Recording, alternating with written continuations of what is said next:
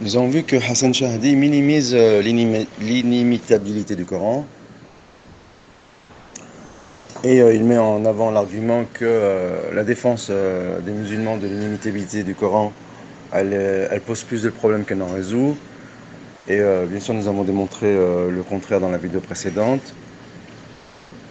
Et finalement, c'est de traiter les musulmans d'imposteurs, ça nous résout moins de problèmes que ça n'en pose. En fait, ça pose plus de problèmes que ça n'en résout. J'ai montré par le passé, à travers des dizaines de citations d'occidentaux, que malgré chez certains une répulsion affichée de l'islam et de la religion musulmane, eh bien, ils n'en exposent pas moins, ils n'en affichent pas moins leur admiration ou leur fascination ou leur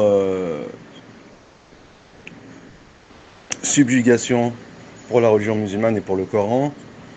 Ici, je vais rajouter 3 citations ou 4 qui sont dans la même veine et bien sûr qui remettent en question les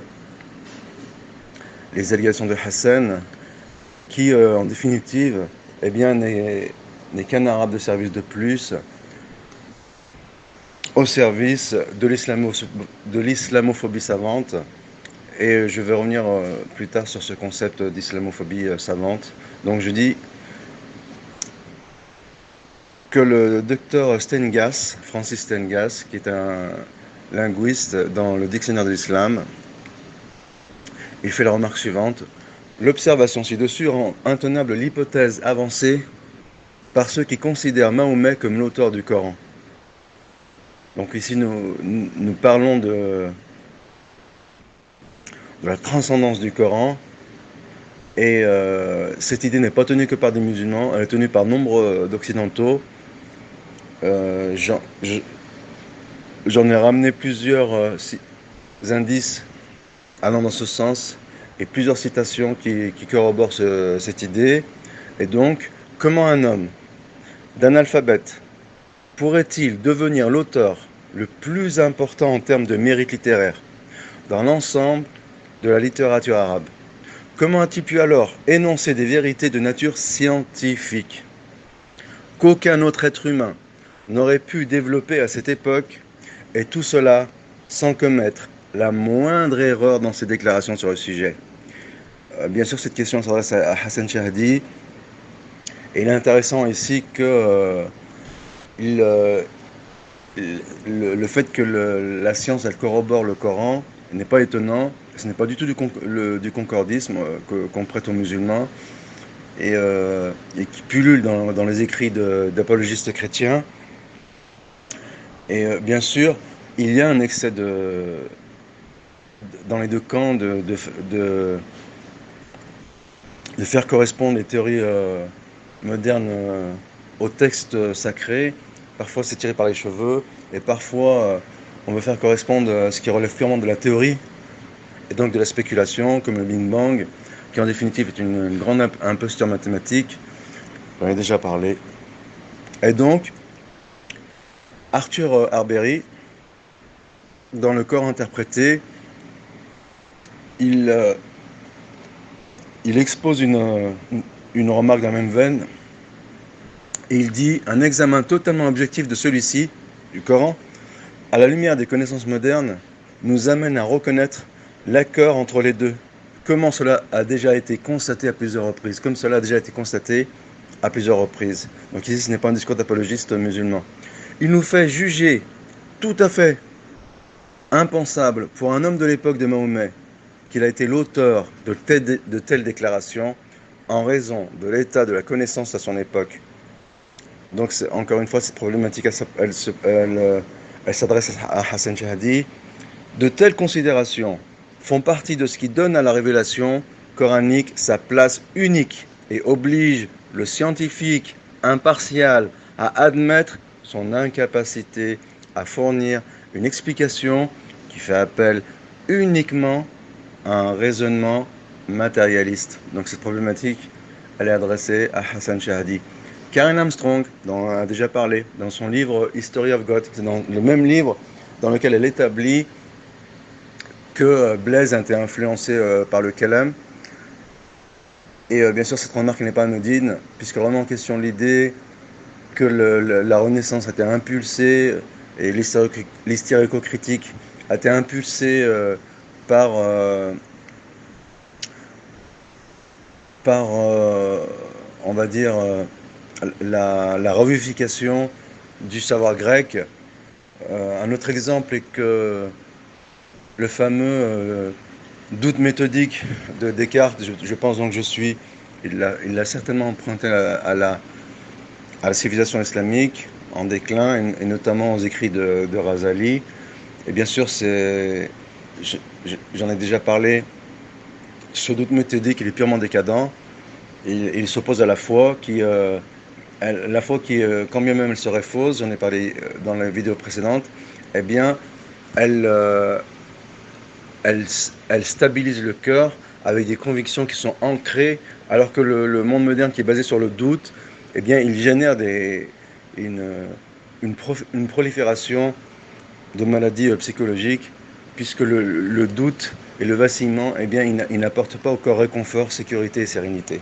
Donc, Karen Armstrong, dans son livre History of God, écrit à propos de la révélation faite par Dieu au prophète Mohammed, sallallahu alayhi wa sallam, vers l'an 110, un marchand arabe de la ville prospère de la Mecque, dans le Hijaz, qui n'avait jamais lu la Bible et probablement jamais entendu parler d'Isaïe, de Jérémie et d'Ézéchiel, vécut une expérience étrangèrement similaire à la leur. Donc ici, bien sûr, elle met un coup de pied dans la fourmilière. Roger Dupasquier, qui est un journaliste et auteur suisse, affirme que, à ce jour, personne n'a avancé d'explication défendable sur la façon dont un caravanier illettré du début du 7e siècle aurait pu, par ses propres moyens, produire un texte d'une telle beauté, inimitable, d'une telle capacité à susciter l'émotion, et qui contenait une connaissance et une sagesse qui se situaient bien au-dessus des idées courantes parmi l'humanité à cette époque. Donc ici, pareil, il met un coup de pied dans la fourmilière. Les études menées en Occident qui tentent de déterminer les sources utilisées par Mahomet ou de mettre en lumière le phénomène psychologique qui lui a permis de s'inspirer de son subconscient n'ont démontré qu'une chose, l'attitude anti-musulmane de leur auteur. Donc ici on en revient à l'islamophobie savante, dont Hassan est l'un des porte-paroles malgré lui. Et c'est un point dont on reviendra plus tard, sur lequel on reviendra plus tard. Nous l'avons vu également sur Hassan, les sources islamiques ne sont pas fiables. Pour cela, il met notamment en avant l'idée qu'elles ne sont pas datées. Donc il ressasse bien sûr les poncifs orientalistes. Et le fait que les dictions prophétiques ne sont pas datées, eh bien, elles les rend organiques et non pas statiques. Et il est intéressant que, encore une fois, ce qui à l'origine est une qualité, eh bien, on la transforme en défaut selon les critères de la civilisation moderne, puisque la civilisation moderne elle a mis en place une nomenclature, on va dire, rigide, même si elle est rigoureuse et systématique. Donc elle a ses avantages et ses défauts. Et à l'inverse, les sociétés sémitiques, donc elle emprunte cette méthodologie, on va dire, à son héritage grec, en sachant que elle ne naît pas uniquement de l'héritage grec, contrairement aux allégations de l'islamophobie savante, dont Hassan est l'un des vecteurs. Et donc, contrairement à, on va dire, à une approche plus sémitique de la connaissance, elle est organique, elle est fluide, même si elle est, je trouve pas l'expression, tant pis, elle est souple, Et ce qui est intéressant, un peu à l'image des, des guerriers musulmans qui évoluaient sans matériel, sans armures lourdes, à l'inverse des armées romaines. Est-ce qu'il y a à la base un atout que sont les armures? Eh bien, face à ces armées désinvoltes, c'est le terme que je cherchais, face à ces armées désinvoltes, eh bien, toutes leurs précautions militaires, elles s'effondrent, elles s'écroulent. Et c'est un peu ici le même parallèle en ce qui concerne la connaissance sémitique. Eh bien, elle est désinvolte, elle est organique et elle a ses défauts. Et bien sûr, la nomenclature occidentale, elle est lourde et rigide, mais elle a ses qualités, elle a énormément de qualités. Et lorsque on confronte ces deux éléments et qu'on discrédite la fiabilité de la méthodologie islamique sous prétexte que les écrits ne sont pas datés, eh bien, ce constat il est biaisé parce qu'on va proposer à la place, à ce que fait Hassan, des critères pour piocher dans la tradition islamique ce qui va dans le sens de l'orientalisme, donc entre guillemets, comprendre, entre parenthèses, euh, avant, il suffit de, il s'agit de systématiser une approche sélective des textes islamiques, et c'est une façon détournée de rationaliser ce penchant sélectif. Et en définitive, il suffit de réhabiliter, pour reprendre l'expression à François Desroches, de réhabiliter le corpus du hadith pour que s'écroule définitivement, en partant du modéré jusqu'au plus rigoriste ou maximaliste, toutes les approches orientalistes visant à déconstruire le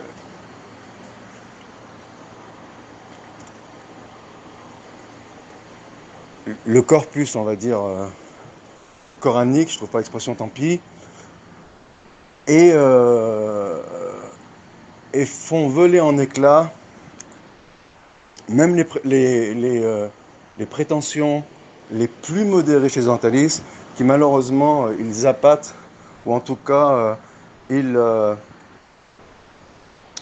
attirent l'attention de nombre de musulmans qui se laissent embourber ou émerveiller ou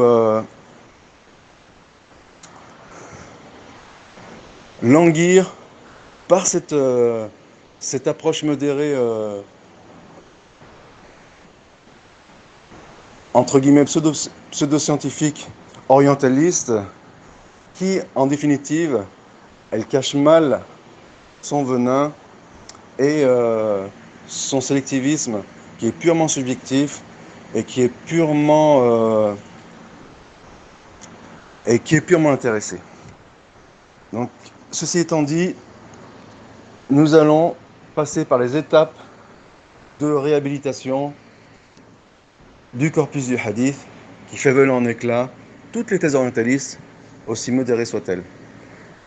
Je dis donc, la remise en question de la fiabilité du corpus des hadiths par les érudits et les érudits occidentaux a commencé au milieu du XIXe siècle avec des personnalités comme von Krémer et Alois Sprenger, un orientaliste autrichien célèbre pour sa biographie du prophète Mahomet. Il a été suivi par Margouliot, Henri Lemans et Léon Catani. Motzki affirme que toutes les études, donc Motzki dont on a déjà parlé, qui réhabilite le corpus du hadith, Motzki affirme que toutes les études ou critiques occidentales de la jurisprudence islamique ancienne, avant Ignace Goldziher, étaient basées sur la méthode usul, c'est-à-dire classique. On accordait du crédit au corpus musulman, telle qu'elle avait été élaborée par les érudits musulmans traditionnels. Cela signifie qu'ils ont accepté qu'à partir du 1er siècle de l'islam, le Coran suivi de la sunna ait pris de l'importance, bien que beaucoup de ces érudits occidentaux aient affirmé que de grandes parties du matériel des hadiths étaient falsifiées. Il manquait d'une méthode claire d'évaluation et de différenciation. Donc ici, il est intéressant qu'on systématise ses doutes, ou en tout cas ses suspicions. C'est le propre de la civilisation occidentale, qui a bien entendu qui a ses qualités. L'un des premiers coups majeurs portés à la compréhension traditionnelle du hadith fut porté par Ignace Godzi-Or. On a déjà développé ce point, en sachant qu'il se base sur une diction falsifiée de Zuhri. Donc il conforte l'idée que les juifs tordent leur langue pour faire les textes dans le sens de la respiration funeste. Et si on dit les juifs, ça ne s'agit pas de tous les juifs, mais des juifs qui se particularisent par cette particularité. Donc, dont la théorie servit de base à la critique ultérieure de Schacht, Joseph Schacht, qui est également un juif. Goldzior, contrairement à Schacht, croyait en un canon original du hadith qui provenait du prophète, bien que peu nombreux. Donc ici, il est intéressant qu'on est sur les traces de ceux qui ont impulsé les idées de l'islamologie moderne, qui ont débouché sur les idées de Hassan Shahdi et de François Desroches. Ils n'ont pas trahi d'un iota cette approche. Mais en raison de la fabrication massive de hadiths pendant la période omeyyade et au début de la période abbasside, qui tentaient de justifier leur vue politique et théologique, donc on est en plein complotisme, dont Hassan est l'un des vecteurs, il était devenu très difficile de déchiffrer ce qui était authentique. Il a en outre exclu l'existence de collections de hadiths sous la période omeyyade, mais a plutôt exclu que cette période n'ait été témoin que de textes de fiqh. Cela signifie que la véritable formation du hadith a commencé au milieu du IIe siècle. Bien sûr, cette thèse a été volée en éclats par les découvertes récentes, mais l'islamologie, elle n'en demeure pas moins. Ce qui a naturellement jeté un grand doute sur le hadith en général, ou quand j'ai l'islamologie, c'est une certaine islamologie. Ce qui a naturellement jeté un grand doute sur le hadith en général, et cette opinion est devenue courante dans les études occidentales sur le hadith. L'affirmation de Godzi-Or, selon laquelle de nombreuses traditions ont été fabriquées pour diverses motivations plus tard développées par des érudits occidentaux, n'était pas propre aux érudits occidentaux. Après le IVe siècle islamique, divers traditionnalistes se sont mis à compiler des livres de traditions apocryphes connus sous le nom de Kutub el-Mawdu'at. Bon, bien sûr, cette analogie, elle est biaisée. De nombreuses traditions, bien qu'elles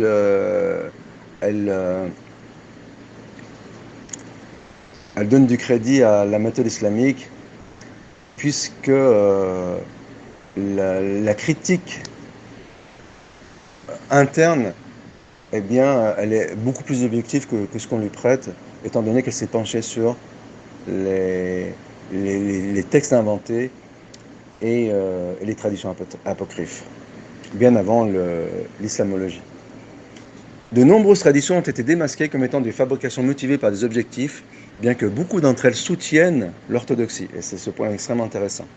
Bien qu'il soit plus restrictif et prudent dans la simple classification d'une chose comme étant une fabrication. Quant à certaines méthodes et conclusions avancées par Godzi-Or, elles sont très douteuses. Par exemple, il affirme que le calife omeyyade Abd el-Malek, donc ici bon, il ne va pas ramener sa falsification claire d'une diction de Zuhri, mais il va ramener d'autres éléments qui montrent le manque d'objectivité de Godzi-Or. Par exemple, il affirme que le calife omeyyade Abd el-Malek, mort en 86, en 705, voulait empêcher les pèlerins de se rendre à la Mecque de peur qu'ils ne soient influencés par son rival Abdullah ibn Zubayr, mais en 72, en 692. Donc ici, bien sûr,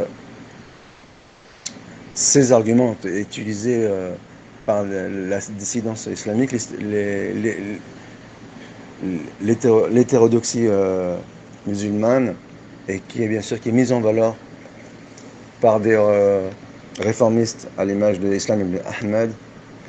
C'est peut-être ce que vous voulez développer Kam Hanifi avant de se retirer, et malheureusement il a influencé beaucoup d'âmes faibles comme Ayman Teher et autres. Il aurait décrété que la circumambulation Tawaf pouvait être effectuée à Jérusalem autour du dôme du rocher.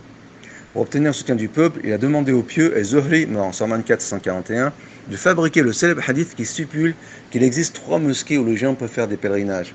Mais l'examen des hadiths ne montre pas que ce voyage à Jérusalem puis dispenser les musulmans d'accomplir le Hajj ou la Umrah à la Mecque. De plus, pourquoi est-il invraisemblable que le prophète lui-même ait pu dire cela, sachant que la vertu de Jérusalem est attestée dans le Coran. Donc bien sûr, les propos de Goldziher ne sont que de la pure spéculation et les empruntent au chiisme et au mu'tazilisme ancien ou classique. Pour renforcer l'image de la haine apparente des Omeyyades pour les 2 sanctuaires sacrés, il affirme que Yazid, mort en 63-183, et les Omeyyades en général appelaient Médine El-Khabitha, la sale, ou la Natna, la mauvaise odeur. Ici, en fait, c'est traduit de l'anglais. Bon, on va pas en mettre l'expression, mais ça tourne autour de l'idée de la mauvaise odeur, la putride, on pourrait dire. Il cite El-Erd de Taqi-ed-Din el-Fassi, un auteur vivant à la Mecque au IVe siècle, et El-Mas'oudi, mort en 345-956, et son Tarikh, un érudit connu pour ses tendances chiites et son aversion pour les Omeyyades. Donc bien sûr, on voit bien que l'on pioche de façon purement sélective et partiale dans les écrits musulmans. Si l'on se base sur les propres principes de Goldziher, ces hadiths devraient être classés comme des inventions à motivation politique, inventées par des opposants. Mais il les cite pour brosser un tableau justifiant ces précédentes affirmations, selon lesquelles les camps pro- et anti-Omeyyades auraient fabriqué en masse des hadiths. On peut citer de nombreux autres exemples qui nous montrent bien que Goldziher ait fourni des idées et des théories intéressantes, sa critique globale reposait sur des hypothèses qui signifiaient que chaque hadith devrait être considéré comme une fabrication motivée par un agenda, quelle que soit la nature farfelue de cet agenda. Les idées de Goldziher ont eu une grande influence sur les chercheurs occidentaux, jusqu'à, bien sûr, même s'il nous passe un peu la pommade, jusqu'à François Desroches et son fervent élève Hassan Shahdi. Schacht s'efforce donc d'appliquer les théories de Goldziher dans une approche plus organisée et scientifique, donc c'est le propre de la méthodologie occidentale, afin de prouver que la grande majorité des traditions juridiques sont originaires du milieu du second siècle ou du deuxième siècle. Cela, une fois prouvé, peut également être appliqué à d'autres genres de hadiths. Il peut y avoir des exceptions à certaines opinions attribuées aux compagnons et aussi à ce qu'il appelle la tradition vivante, qui peut être datée un peu plus tôt. Schacht comprend qu'avant Shafi'i, en 204-819, les écoles de pensée juridique accordaient de l'importance à la tradition vivante, plutôt qu'aux traditions pleinement connectées attribuées aux prophètes. Cette dernière importance a été innovée par Shafi'i.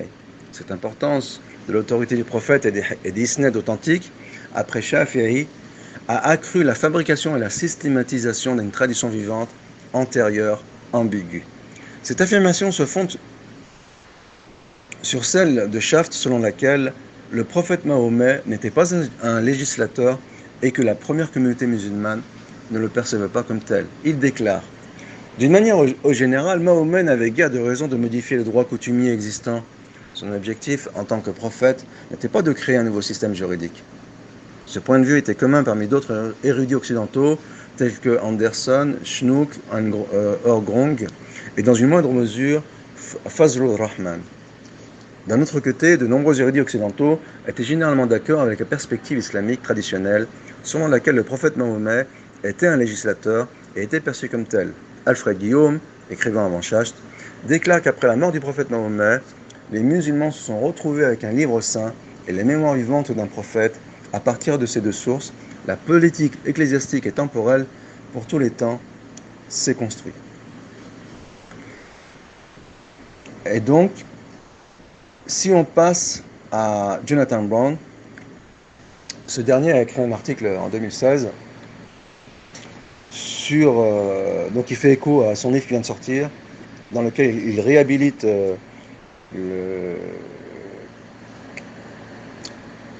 les écrits canoniques de Bukhari et Muslim. L'intéressant que c'est à cette période où Kam Hanifi avait fait une vidéo dans laquelle il jette les discrédits sur Bukhari et Muslim, mais cette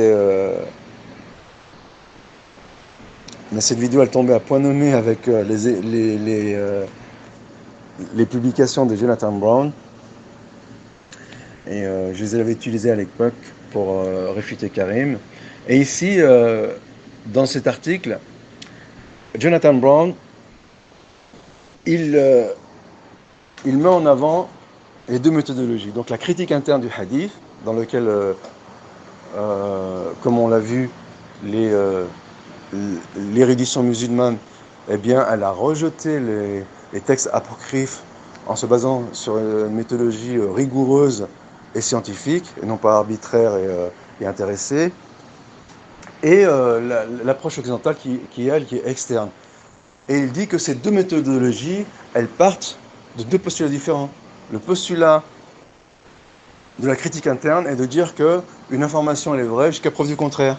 Et le postulat de la critique externe est de dire qu'une information elle est fausse jusqu'à preuve du contraire. Et le fait est que ces deux approches opposées, eh bien, elles créent un double amalgame. Le premier amalgame, c'est de dire que l'approche interne, elle est basée sur la foi, et l'approche externe, elle est basée sur la raison. Mais ça, c'est un raccourci. C'est un raccourci qui devient un leitmotiv dans l'orientalisme moderne. Je vais en donner plus tard des exemples, notamment avec Claude Guillot. Et le deuxième amalgame, c'est que la critique interne, elle est donc forcément biaisée et subjective, et la critique externe, elle est impartiale, neutre, rigoureuse et objective. Et si on se penche un peu plus sur ce constat, on s'avère que le contraire est plus vrai, même si on peut relativiser un petit peu cette dichotomie en disant qu'il y a une certaine objectivité malgré tout dans les écrits occidentaux. Mais si on voulait extrapoler pour mieux se faire comprendre, c'est le contraire qui est vrai. Et nous allons en faire ici la démonstration. On passe donc à ce fameux article de 2016 dans lequel, qui a été traduit en partie par le site Mizen, dans lequel Jonathan Brown il explique la critique occidentale de la tradition des hadiths peut être cependant considérée comme un acte de domination dans lequel une vision du monde affirme son pouvoir sur une autre en dictant les termes selon lesquels la connaissance et la vérité sont établies.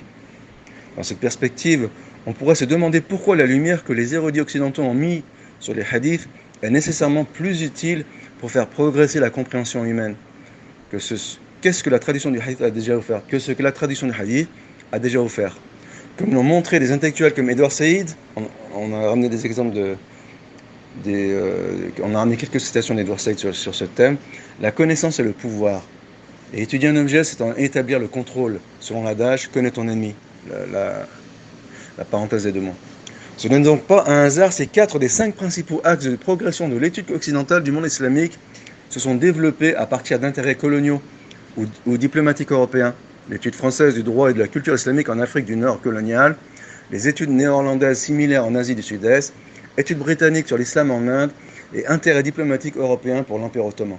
Le cinquième axe, qui s'est révélé le plus important pour notre sujet, était celui des études sémitiques et bibliques. Vers la fin du XIXe siècle, les diplomates européens avaient défendu l'idée de promouvoir un islam progressiste parmi les populations colonisées. Les discussions occidentales sur la fiabilité de la tradition des hadiths s'inscrivent donc dans un contexte historique et ne sont pas neutres. Cette remarque elle est extrêmement pertinente. On en a fait la démonstration un peu plus haut. Cette question se développe par ailleurs dans le cadre d'un débat plus large sur la dynamique du pouvoir entre religion et modernité et entre islam et Occident, bien sûr avec la dichotomie foi contre raison. Au lieu d'aborder la question de l'authenticité d'un point de vue téléologique, en supposant que la vision musulmane de la tradition du hadith serait erronée et que les érudits occidentaux l'auraient réveillée de son sommeil millénaire en la guidant progressivement vers une approche plus sérieuse, nous dirons que la tradition des hadiths est si vaste et nos tentatives pour évaluer son authenticité si inévitablement limitée à de petits échantillons que toute attitude à son égard repose nécessairement davantage sur notre vision critique du monde que sur des faits empiriques. Cette conclusion en elle-même est extraordinaire.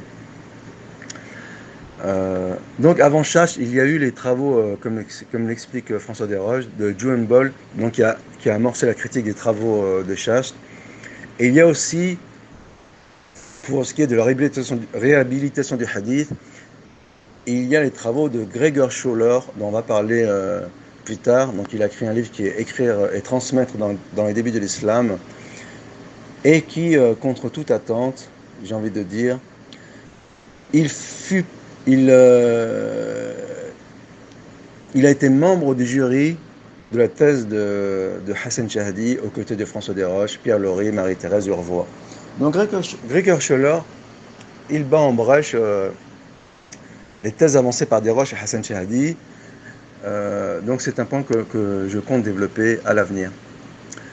Et pour ce qui est du livre de Jonathan Brown, The Canonization of Bukhari ou Muslim and the Muslim, donc qui tombe à point nommé, il y a un commentaire de Mohamed Hussein Ben Khaira, qui est directeur d'études à l'EPHE, spécialiste du droit musulman. Intéressant, c'est un collaborateur de Moezi et donc de Mohamed Al-Koum. Alors avant de ramener un extrait de son compte-rendu de ce livre, donc les comptes-rendus des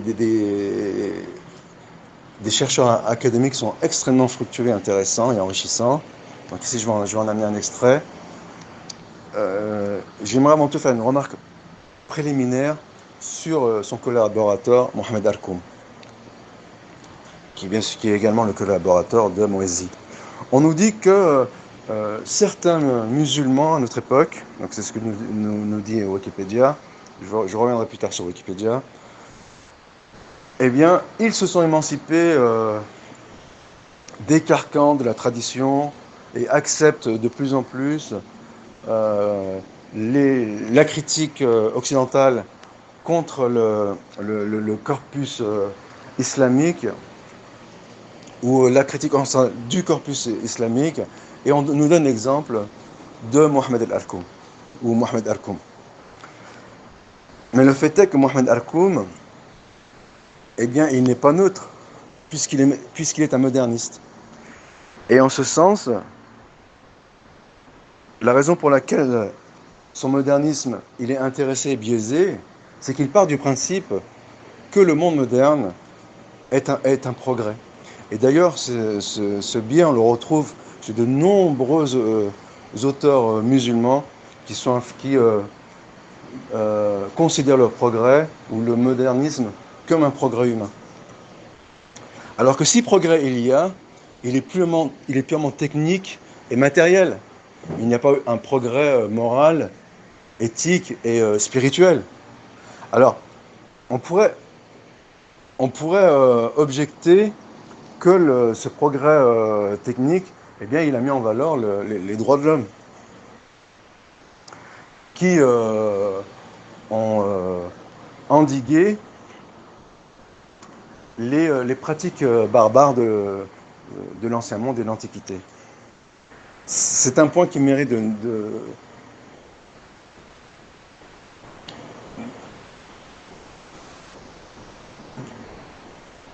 plus ample explication, mais ici en un mot, il faut savoir que les sociétés primitives, elles sont animées par leur force émotionnelle. Et que bien sûr, cette force émotionnelle, elle est propice à des actes barbares. Et l'islam, elle est venue non pas pour castrer cette force émotionnelle, mais pour l'orienter, afin de distinguer entre, dans les sociétés primitives, ce qui relève de la barbarie et ce qui relève de la survie, du maintien des sociétés et de la gestion des sociétés. Et donc l'islam, elle a entériné les peines corporelles. Et le fait que le monde moderne, qui s'inspire en partie par la Grèce antique décadente, qui s'était vautrée dans la luxure, eh bien, ils ont certes mis à mal les pratiques barbares des sociétés primitives, mais ils y ont amalgamé notamment les peines corporelles qui sont assimilés à du barbarisme. En cela, lorsque l'on parle des droits de l'homme, on dit effectivement il y a un certain progrès par rapport aux sociétés primitives, mais il n'y a pas un progrès par rapport à l'islam qui, lui, entérine les pratiques des sociétés primitives qui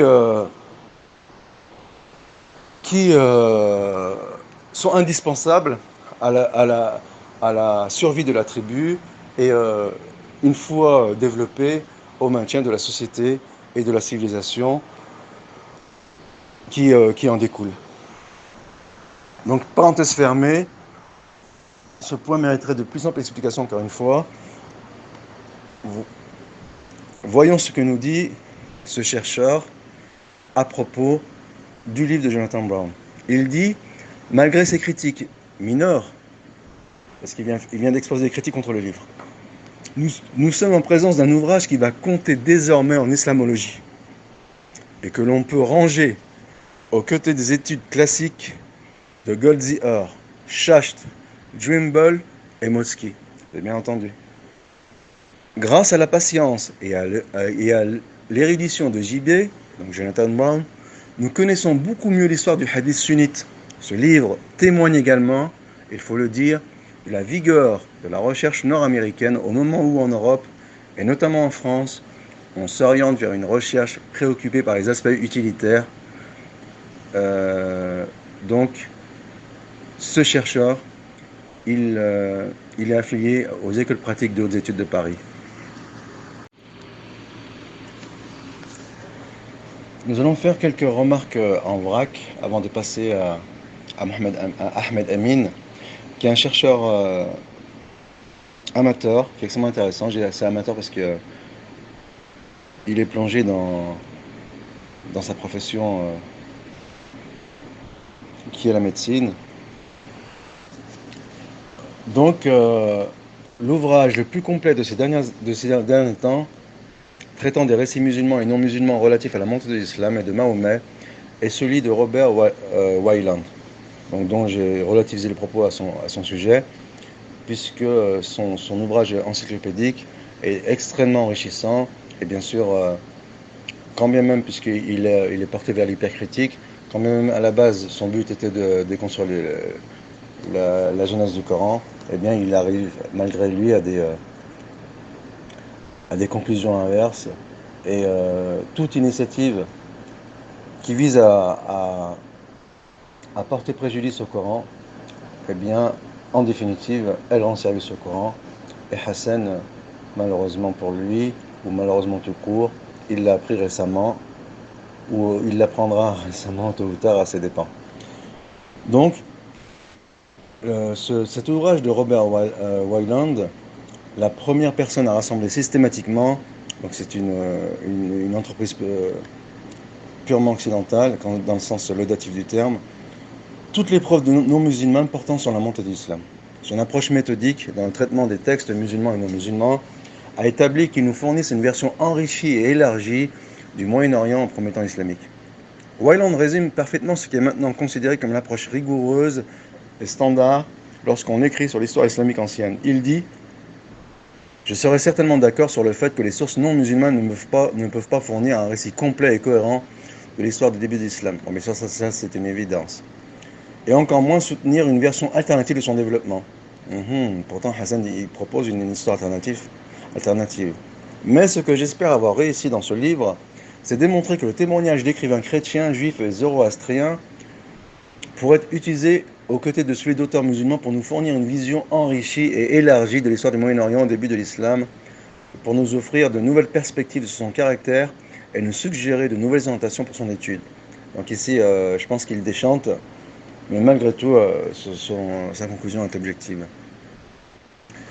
Tout en critiquant l'hypothèse de Wansbrook concernant la compilation tardive du Coran, Noceda a noté, donc cette remarque elle est même aussi obscure soit-elle, elle est valable pour Hassan Shahidi aussi, a noté que les preuves matérielles existantes contredisaient ces informations et a déclaré « L'histoire décidera quel surnom appliquer en choisissant entre Lusitania et Titanic, mais n'anticipons pas. » Donc il prévoit que que l'hypothèse de Wansbrook elle sera jetée dans le poubelle de l'histoire, de la même manière que le nom que nous connaissons aujourd'hui, c'est Titanic et non pas les Citaniens. Et John Westbrook, au sujet de John Westbrook, compte tenu de notre connaissance actuelle des premiers manuscrits coraniques, la théorie de Westbrook peut désormais être rejetée en toute sécurité, bien qu'elle est maintenue malgré tout dans le Coran des historiens, on en a déjà parlé, de façon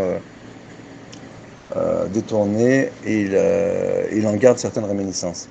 En se basant uniquement sur les manuscrits hijazis du 1er siècle, presque tout le texte du Coran peut être reproduit avec environ 17% du texte total non représenté au cours de cette période. Pour une collection plus complète, voir la liste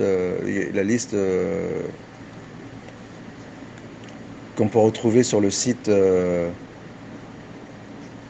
j'ai oublié le nom, Awaranes, le site anglais. Le calcul de Noceda exclut les manuscrits Hijazi Kouflik ou Hijla Kouflik du 1er siècle, toutes les inscriptions coraniques et tous les manuscrits Hijazi trouvés à Sanaa, voire de Roche et Noceda. Donc ce sont plus des notes qu'un texte cohérent que je suis en train de lire. Et donc, bénéficiant d'un ton sombre dans un volume commémoratif consacré à Wansbrook, Herberberg commente ainsi son affirmation de Wansbrook, selon laquelle le texte n'est apparu que vers la fin du IIe siècle, doit être modifié. Donc ça c'est la critique qui est adressée à l'hypercritique. Cheikh Iftikhar Zaman, donc cette formation elle est extrêmement intéressante, l'un des chercheurs les plus recherchés aujourd'hui dans la science du hadith, c'était une traduction, et pourtant presque entièrement inconnu dans notre communauté pour son expertise dans le domaine, dans la communauté musulmane, n'a pas encore publié sa brillante thèse de doctorat sur l'évolution d'un hadith de Saïd ibn Abi Waqqas, qu'il a écrit alors qu'il étudiait à l'université de Chicago dans les années 80. Donc c'est un nom à retenir. L'ouvrage est essentiellement l'analyse d'un hadith avec toutes ses voies de transmission corroborantes.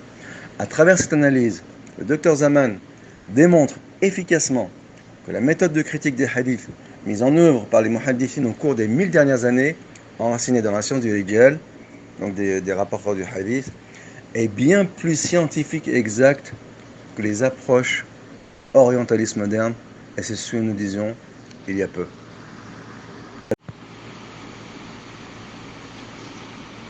Donc je continue avec ces citations en vrac.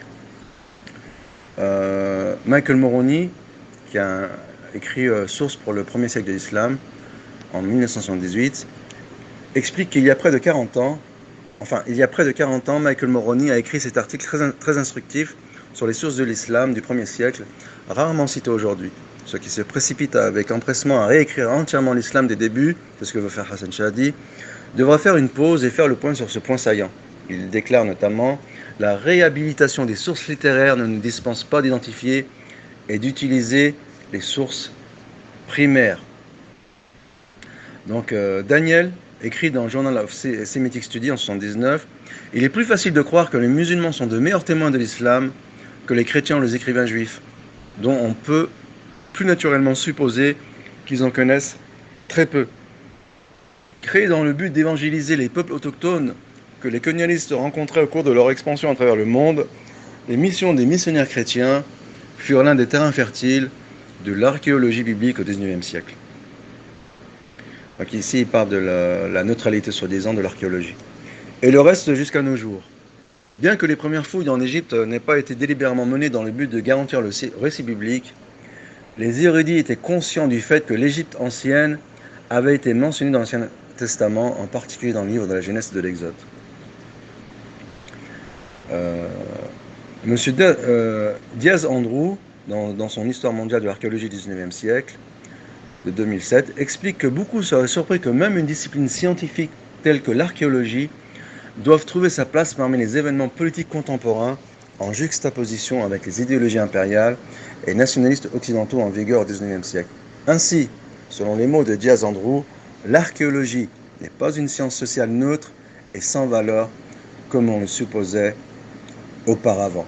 Et donc pour conclure sur ce point, non seulement l'archéologie n'est pas neutre, puisque celui qui l'utilise, lui-même, il a imprégné d'idées préconçues, donc quand même l'outil serait neutre, son utilisation n'est pas neutre, il faut donc distinguer entre les faits et l'interprétation des faits, comme je l'ai expliqué par le passé. Et ce qui est intéressant, c'est que on nous dit que les outils musulmans ne sont pas fiables, et que l'érudition moderne ou le monde moderne qui s'arroge la mission de déconstruire le monde ancien et les mythes anciens, eh bien lui aurait la solution pour offrir des outils neutres et fiables.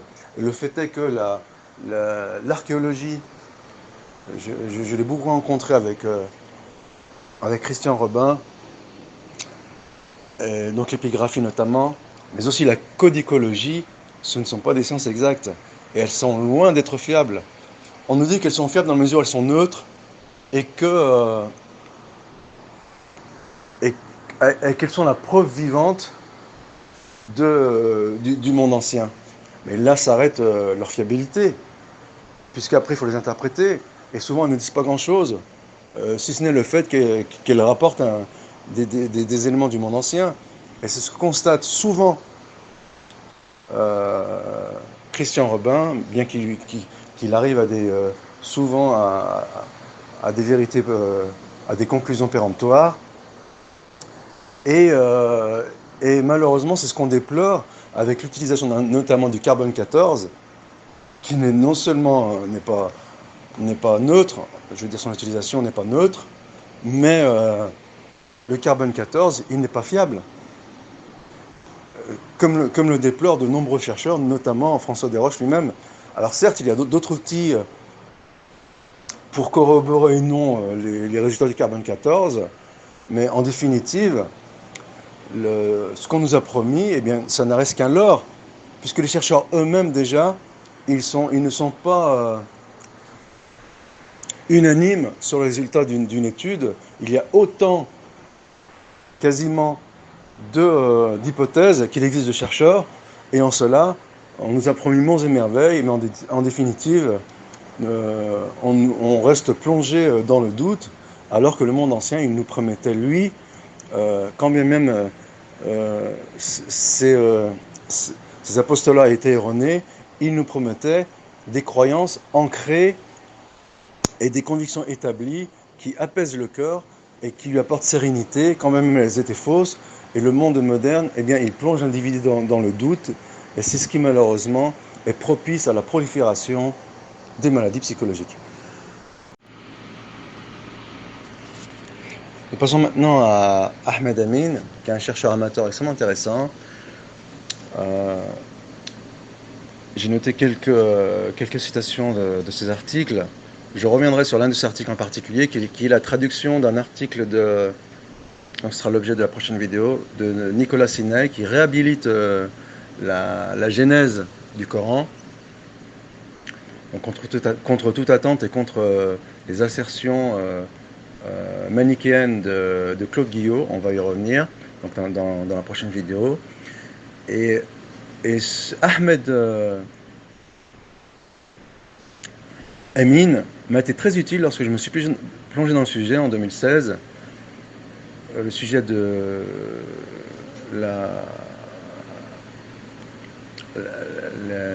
des manuscrits du Coran, bien qu'il flirte malgré tout avec le réformisme. Il est intéressant d'ailleurs aussi, je vais soulever un point, peut-être quel appui on apportera une citation d'Ernest Renan.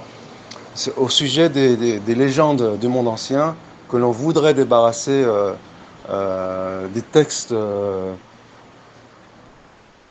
religieux, comme cela a été fait dans la Bible, on voudrait le faire avec le Coran, c'est ce que propose Kam Hanifi, et c'est d'ailleurs l'un des critères qui permet de rejeter ou non un hadith. Donc globalement, Ahmed Amin, oui, il adhère à ce point de vue, mais ça reste malgré tout purement arbitraire, puisque d'un point de vue purement rationnel, il n'y a pas de mal que des phénomènes supranaturels, eh bien, elles viennent orner la genèse d'une religion, d'une part, et le fait de vouloir débarrasser le monde moderne des légendes et des mythes, s'il y a une part de vérité, puisqu'il y a un folklore qui est né du monothéisme et qui a engendré le polythéisme et les légendes idolâtres, eh bien, il faut tout simplement séparer le bon grain de l'ivraie et ne pas tout jeter en bloc sous prétexte que le monde moderne est un monde matérialiste. Et cette approche elle est purement biaisée dans la mesure où elle tient compte uniquement de la dimension intellectuelle de l'homme et qu'elle fait fi de sa dimension émotionnelle et dans laquelle, d'un point de vue purement rationnel, il n'y a aucun inconvénient à ce que des événements surnaturels surviennent au cours de l'histoire. Et d'ailleurs, si on voulait développer ce point, on se rendrait compte que ces événements surnaturels, eh bien, ils perdurent dans l'inconscient collectif occidental et même au niveau de l'élite intellectuelle et scientifique. C'est un point peut-être qu'on développera plus tard. Et donc, le grand orientaliste Golgi Orr, suivi par Joseph Schacht, ont été les initiateurs de l'hyperscepticisme vis-à-vis de la tradition. D'ailleurs, ils sont les initiateurs de Hassan Shahdi et de François Desroches.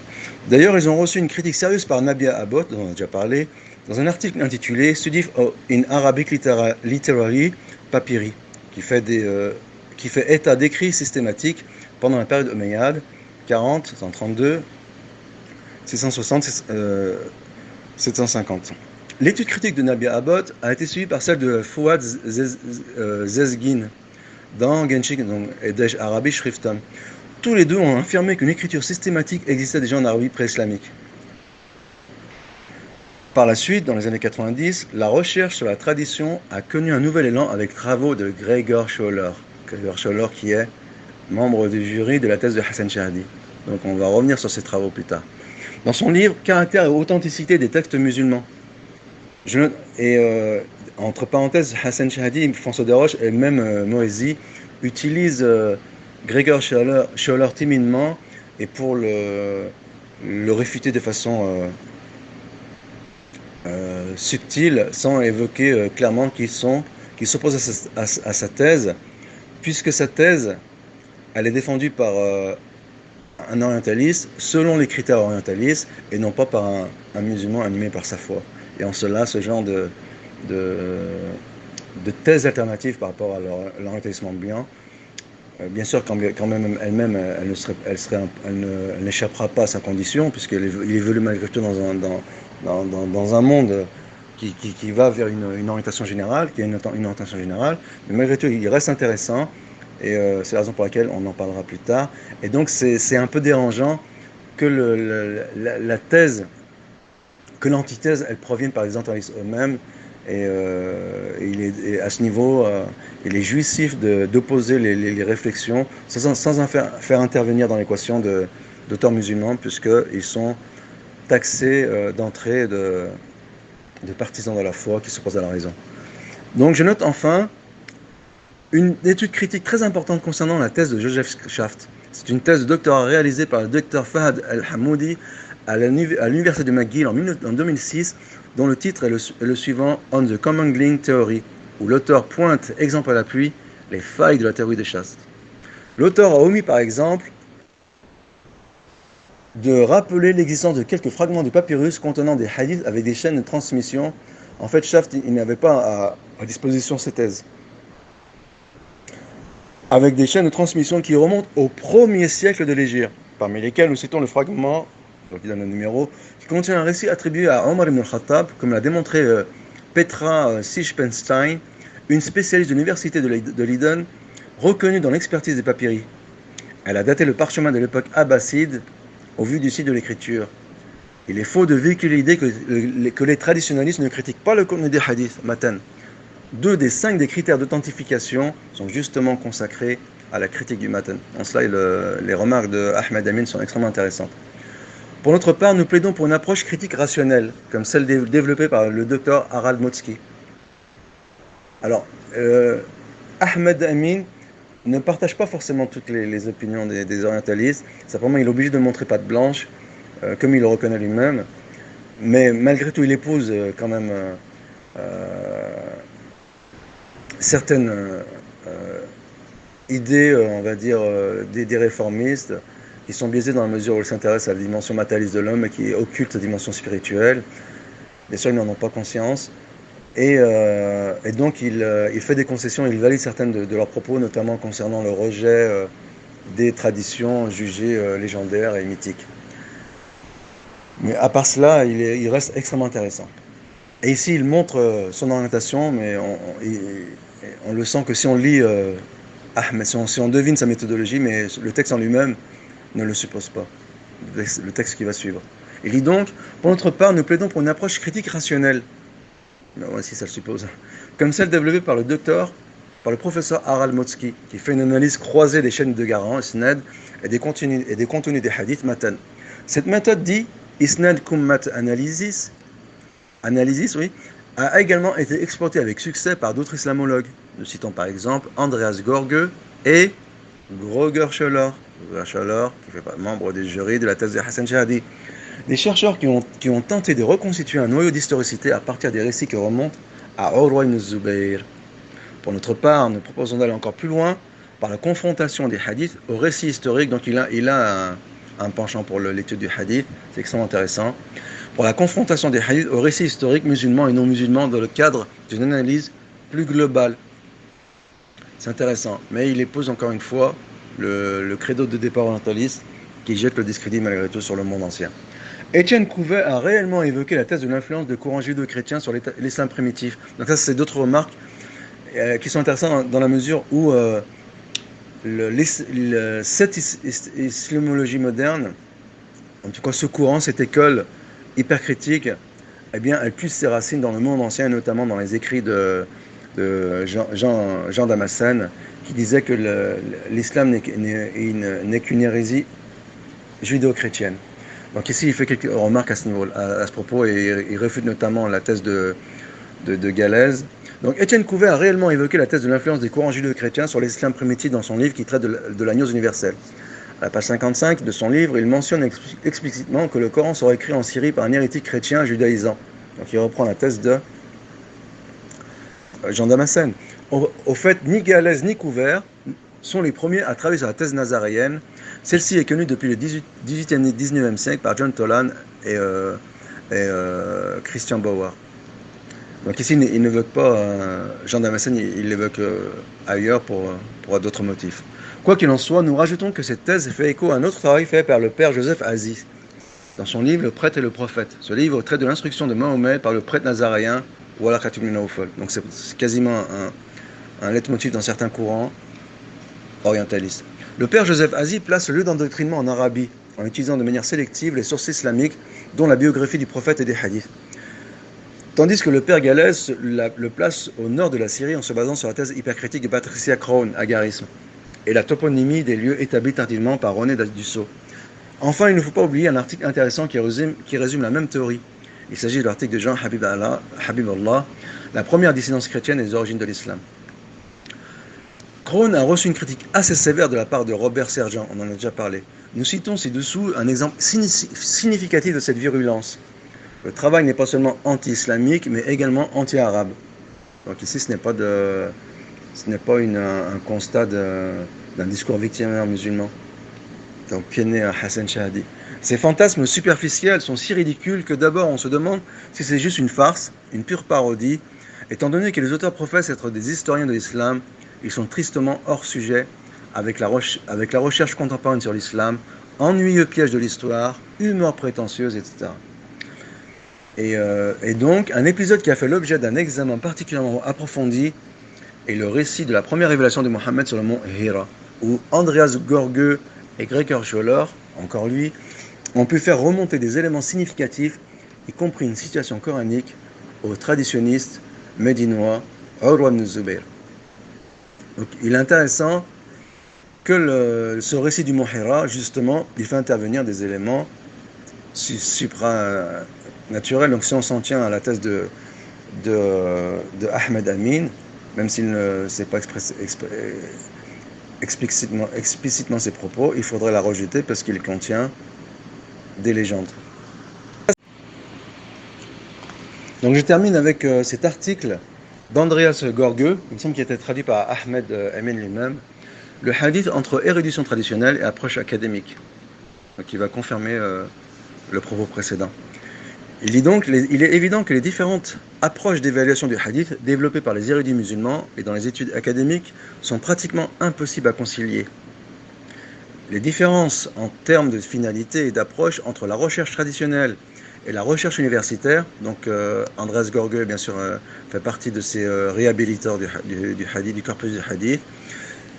La différence en termes de finalité et d'approche entre la recherche traditionnelle et la recherche universitaire ont conduit à l'élaboration de critères très différents et souvent mutuellement exclusifs. Donc c'est ce point, il réfute Hassan Shahdi.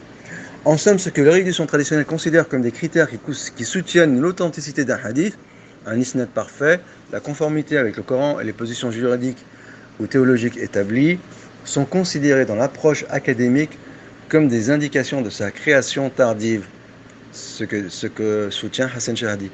A contrario, ce que les universitaires considèrent comme des indications d'une date précoce, comme un isnad incomplet ou un désaccord avec le Coran ou des positions ultérieures, seraient des signes de falsification ou de manque de fiabilité pour les érudits musulmans.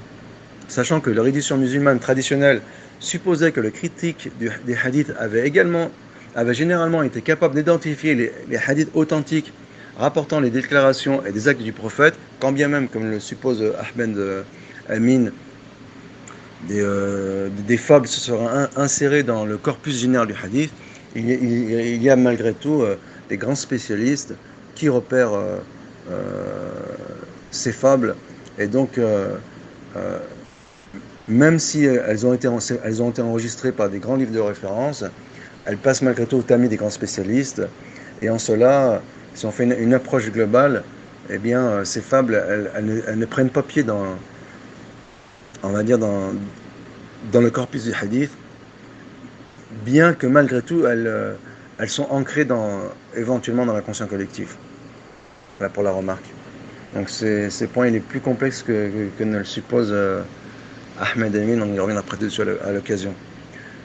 Sachant que l'érudition musulmane traditionnelle supposait que les critiques des hadiths avaient généralement été capables d'identifier les hadiths authentiques rapportant les déclarations des actes du prophète, les experts qui suivent l'approche académique sont plus ou moins d'accord sur le fait qu'il est théoriquement impossible de dater de manière sûre, donc si on en revient à la fameuse date que Hassan utilise pour jeter des crédits sur l'approche traditionnelle, qui suivent l'approche académique sont plus ou moins d'accord sur le fait qu'il est théoriquement impossible de dater de manière sûre les traditions spécifiques à l'époque du prophète, voire même à celle de la première génération de croyants. La plupart des études jusqu'à présent n'ont pu dater les traditions que jusqu'au tournant du 1er siècle de l'islam. Donc c'est ce qu'a fait Motzki. Début du 8e de notre ère. Et les relie à des personnages spécifiques de la deuxième génération. Cela ne signifie pas nécessairement qu'il n'existe pas de tradition prophétique authentique. Mais les critères et les méthodes utilisées par les universitaires sont généralement plus adaptés pour identifier et dater les faux que pour identifier les traditions réellement remontant au prophète. Donc leur approche, aussi viable soit-elle, ou aussi efficace soit-elle, eh bien elle est limitée. En résumé, on peut dire que si les recherches universitaires sur le hadith s'appuient en grande partie sur le matériel qui a été façonné par les érudits de la tradition musulmane, d'où paradoxe, la parenthèse est de moi, elles ignorent presque totalement les méthodes et les critiques d'évaluation développées dans le cadre de cette approche traditionnelle. Au lieu de cela, la recherche académique a développé ses propres méthodes, souvent en empruntant à d'autres disciplines universitaires, qui étaient plus adaptées à ses centres d'intérêt pour la recherche. Donc c'est intéressant de dire qu'il parle de centre d'intérêt. Qui dit centre d'intérêt dit approche subjective. Du fait que l'enseignement universitaire n'a pas tenu compte de la critique traditionnelle en raison de son apparente inadéquation pour distinguer les hadiths authentiques des inventions tardives, il est aisé de comprendre que ni la terminologie ni la catégorisation des hadiths dans l'enseignement islamique n'ont eu d'impact sur l'enseignement universitaire. Les seuls termes qui ont été généralement adoptés sont le mot hadith lui-même, ainsi que ses principaux constituants, l'isnad et le matan, parfois utilisés de manière interchangeable. Voici pour ces remarques fructueuses mais il faut quand même en faire une synthèse. C'est qu'on utilise des approches complètement différentes. La première approche interne, l'autre approche externe, on va dire. Mais en définitive, l'approche interne, elle est beaucoup plus rigoureuse et elle est moins rationnelle, elle est moins anti-rationnelle qu'on le suppose. Et l'approche orientale, elle est moins rationnelle qu'on le suppose. Donc malheureusement, cette dichotomie est née d'une idée reçue qu'il incombe de dissiper.